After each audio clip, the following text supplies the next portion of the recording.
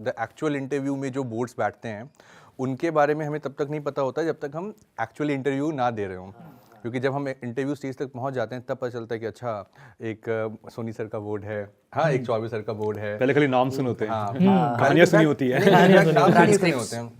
मतलब जब तक आप इंटरव्यू स्टेज तक ना पहुंचो तो आपको उतना डिटेल नहीं पता होता ना कि अच्छा ये सर हैं या ये चेयरमैन है या फिर ये सत्यवती मैम का ऐसा बोर्ड होता है। तो वो तो जब आप जाते हो तो फिर आप ट्रांसक्रिप्ट देख के या फिर सीनियर से बात करके पता चलता है।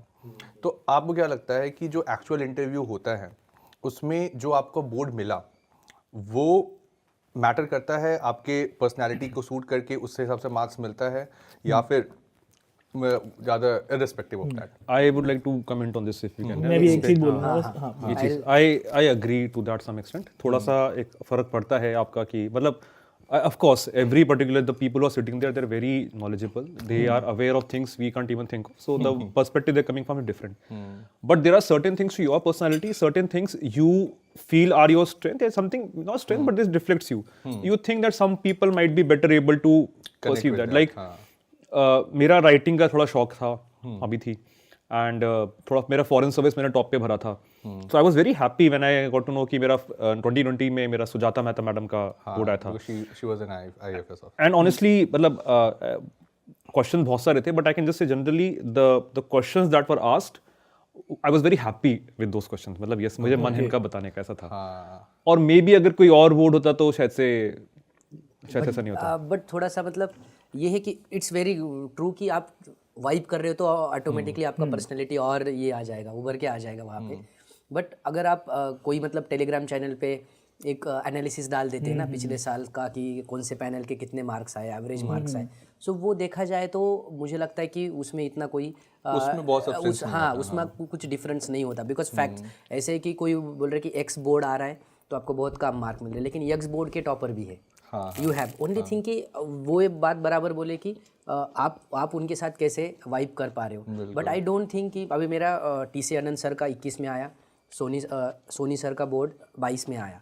सो इट्स ऑल अबाउट अगर मैं ये वाला परफॉर्मेंस भी टीसी आनंद के साथ उनके सामने दे पाता confidently, so I would have definitely scored much more mark than 151 which I got in that time. So और अगर कोई मतलब if someone is watching this and is aspiring for to go to interview, so definitely he should not keep this prejudice in mind.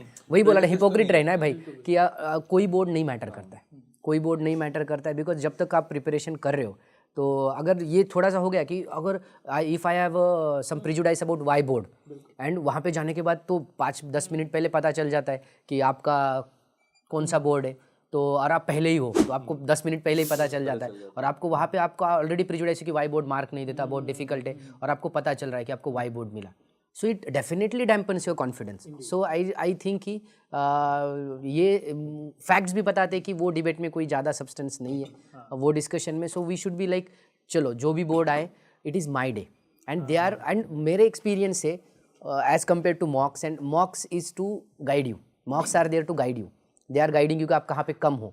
But final interview I think they are too selective because they try different question. मतलब मेरे experience में first question मेरा ऐसा था कि आप doctor हो, they ask you to remove mask and verify photo, and then they ask you to then sir give me choice, you are doctor so you decide you want to put mask और not. So I said no, and then immediately he jump to the question कि आप doctor हो तो आपको N95 में N क्या है और 95 क्या है।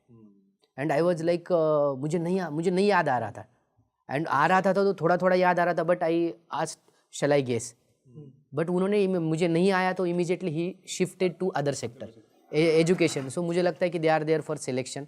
हेलो एस्पिरेंट्स, हम में से बहुतों का सपना है IAS ऑफिसर बनना, लेकिन ये जर्नी बहुत महंगी है और इसलिए बहुत एस्पिरेंट्स ने जोश टॉक्स से रिक्वेस्ट किया कि क्या जोश टॉक्स एस्पिरेंट्स को हेल्प कर सकते हैं फाइनेंशियली उनकी इस जर्नी में। तो इसलिए जोश टॉक्स ने कांटेक्ट किया इंग्लिश मीडियम के लिए KSG IAS के खान सर को और हिंदी मीडियम के लिए संस्कृति IAS को। शायद खान सर और KSG IAS की इंट्रोडक्शन ही देने की जरूरत नहीं है। देश के सबसे जाने माने और रिस्पेक्टेड इंस्टीट्यूट्स में से है KSG।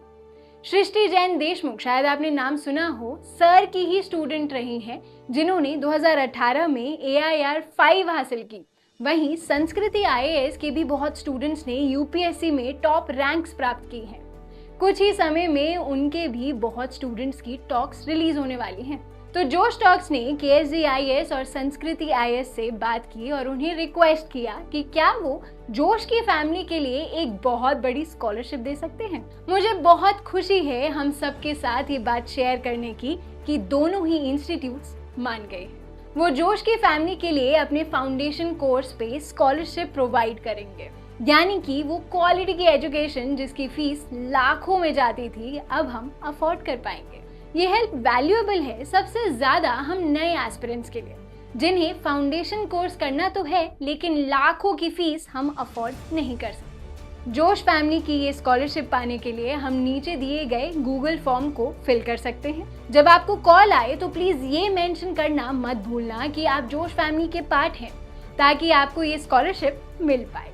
जोश टॉक्स को बहुत गर्व है कि अब एस्पिरेंट्स को जोश सिर्फ कहानियों से नहीं बल्कि असलियत में फाइनेंशियली सपोर्ट कर पा रहा है। जोश टॉक्स का सपना कभी भी सिर्फ टॉक्स बनाना नहीं था।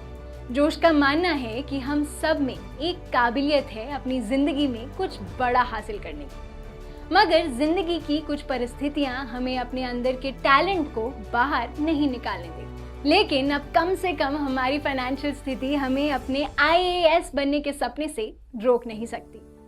जोश टॉक से एक बड़े भाई या बहन की तरह हर वक्त हम सबको जिंदगी में आगे लेके जाने के प्रयास में लगा रहेगा। आप बस जाके अपना 100% दीजिए, एक भी दिन जाया ना होने दें, बाकी जोश संभाल लेगा। जय हिंद।